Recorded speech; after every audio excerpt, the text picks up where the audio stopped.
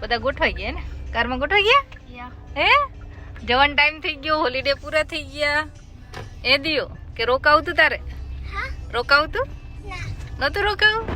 ઘરે જવું તો હવે બધું પેકઅપ થઈ ગયું છે ને બધાને પેક કરી દીધા છે. હો ચલો.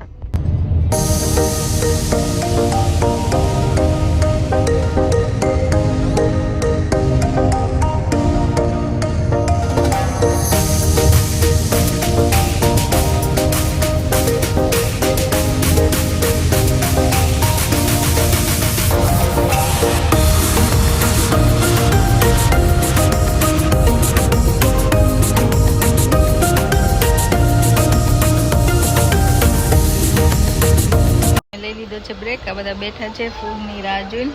કમલેશ ફૂડ લેવા ગયા છે. થોડા બધા થાક્યા હતા ને ભૂખી લાગી હતી. આઈ થિંક 1:30-1:45 તો થઈ ગયા છે. 1:30 વાગ્યો છે. તો થોડી વાર મેં કીધું ભરી જઈએ ને. વેધર પણ જો સરસ એકદમ એકચ્યુઅલી નીકળ્યું છે. લકીલી અમારું વેધર સારું હતું પણ આજે વધારે સારું લાગે છે. તડકો એકદમ મસ્ત છે. આવું હોય તો છોકરાઓને સી સાઈડને બધે મજા આવે એકચ્યુઅલી. તો હવે નેક્સ્ટ વીક તો બહુ હીટ વેવ પાછું આવવાનું છે એવું કહે છે યુકેમાં. તો લેટ્સ સી, ત્યાં પણ એન્જોય કરીશું. બીજું શું. ચલો ઘરે પહોંચી ગયા અને એકચ્યુઅલી ટાઈમ અમારે વધારે લાગ્યો ઘરે પહોંચવામાં. કારણ કે આજે 1-2 એક્સિડન્ટ થયેલા હતા મોટરવે ઉપર, એટલે એક્સપેક્ટેડ ટાઈમ કરતાં વધારે ટાઈમ લાગ્યો. તો આવીને સીધું હવે ફ્રેશ થઈને કિચનમાં દઈ ગઈ છું. આજે જન્માષ્ટમી છે અને કંઈક પ્રસાદ ધરાવવાની ઈચ્છા હતી. તો મંદિરની ટિકિટ મળી નથી આજે, એટલે ખબર નહીં મંદિર જવાનો મેળ નહીં પડે, પણ લેટ્સ સી, લેટ મળે તો કદાચ. તો ચલો આજે બનાવવાના છે મથુરા સ્ટાઇલ પેંડા. એના માટે મેં લઈ લીધો છે મિલ્ક પાવડર અને ઘી નાખીને ધીમે ધીમે એને શેકવાનો છે જ્યાં સુધી એકદમ બ્રાઉન ના થઈ જાય. પછી આપણે વધારે ઘી નાખીશું, પણ પહેલાં તો થોડુંક ઘી નાખીને શેકી લેવાનું છે. જો બ્રાઉન થવા માંડે છે ત્યાં સુધી, એટલે હલાવતો રહેવું પડશે કે નીચે ચોંટી ન જાય. એટલે એકદમ બ્રાઉન થાય ત્યાં સુધી શેકી લઈએ પહેલાં, એટલે હું બતાવું પછી કેવું લાગે છે. તો આ એકચ્યુઅલી બ્રાઉન થઈ ગયું ને પછી મેં થોડું ઘી અને થોડું મિલ્ક નાખ્યું અને ઇલાયચી પાવડર નાખ્યું. અને હવે મેં ગેસ બંધ કરી દીધો. આ તમને લાગે માવો બની ગયો એવું આખું સરસ. હવે આને આપણે થોડી વાર ઠરવા દઈશું. ઠરે પછી એમાં દળેલી ખાંડ નાખીશું અને પેંડા વાળીશું. તો આ થોડી વાર આપણે ઠરવા દઈએ. હવે આ માવો કે જે બનાવ્યું હતું આપણે ઠરી ગયું છે. એમાં તમારે ટેસ્ટ પ્રમાણે ખાંડ નાખવાની અને મિક્સ કરવાની છે. પહેલાં આટલી ટ્રાય કરીશું, પછી જોઈએ. અમને ઓછું ગળું ભાવે એટલે હું ઓછી ખાંડ નાખું, પણ તમારે એ પ્રમાણે નાખવાનું. તો આ ખાંડ થઈ ગઈ છે ભેગી સરસ. હવે જો આમ હાથમાં લો ને એટલે પેંડો વળશે. તો એના પેંડાનો શેપ આપવાનો છે અને પછી આ જે ખાંડ દળેલી છે એમાં થોડો રગ દોડવાનો છે અને ઉપર પિસ્તા મૂકીને રેડી છે. તો જોઈ લો, થઈ ગયા છે મારા મથુરાના પેંડા રેડી. Quick and easy. અને આમાં તમારી પાસે ડ્રાય રોઝ પેટલ હોય તો પણ ડેકોરેટ કરી શકો તો સરસ લાગે છે. આના ઉપરથી મેં આ ખાંડ જે દળેલી હતી એ જ નાખી છે. તો હવે આપણે પ્રસાદ ધરાવીને ચાખીશું, પછી ખબર પડે કેવો ટેસ્ટ બન્યો છે.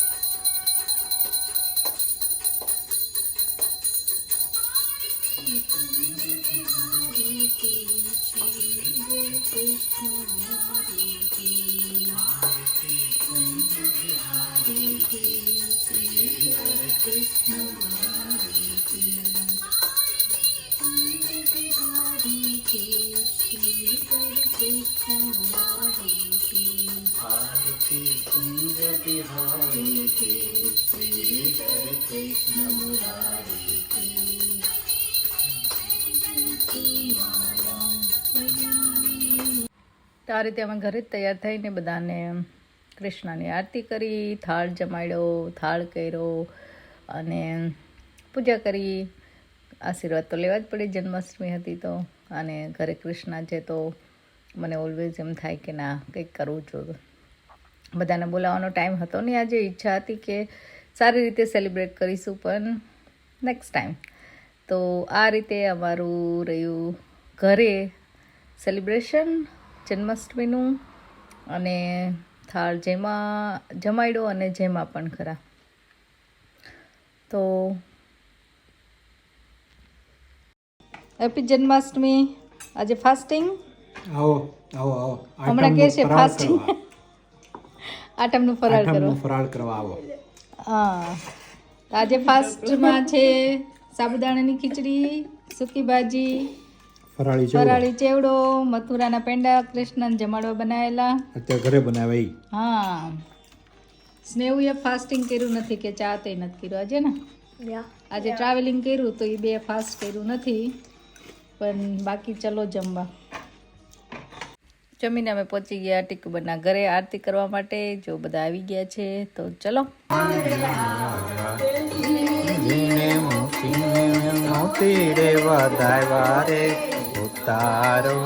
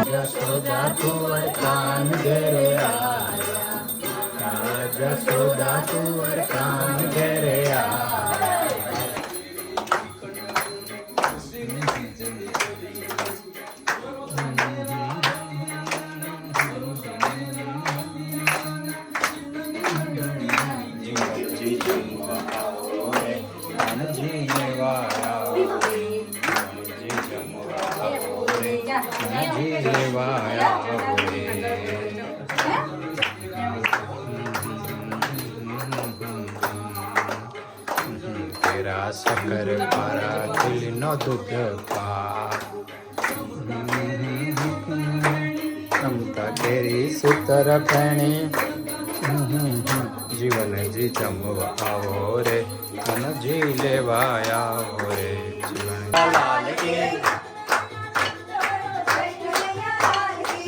નંદ ઘેરા નંદ ભયો જય કનૈયા લાલ કી જય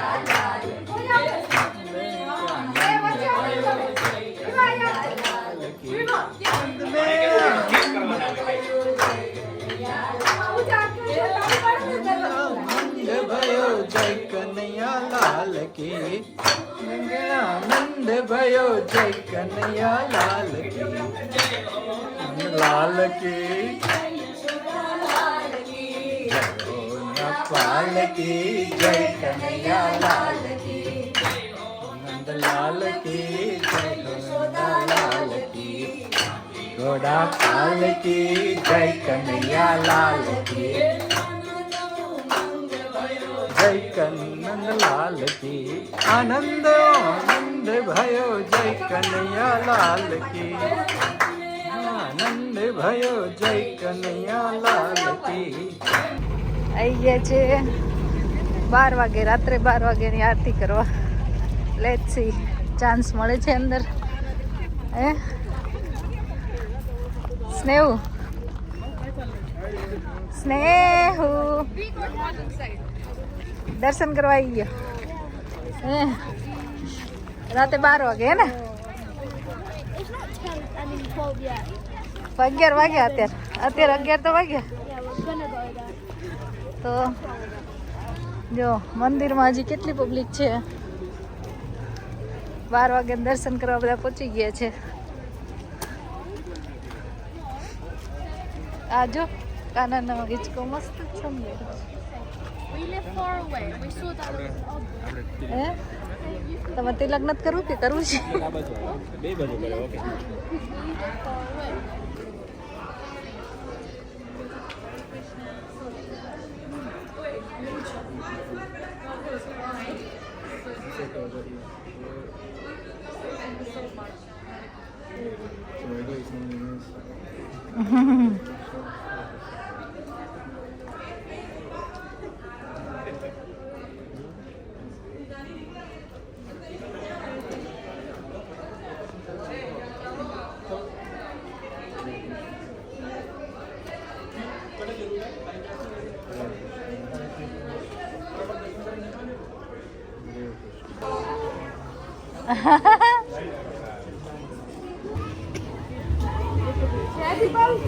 It's still allowing you to feed them.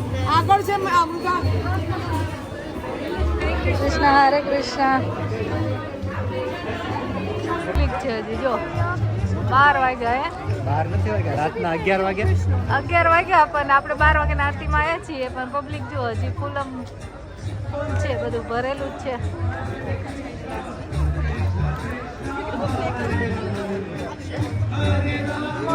Hare Rama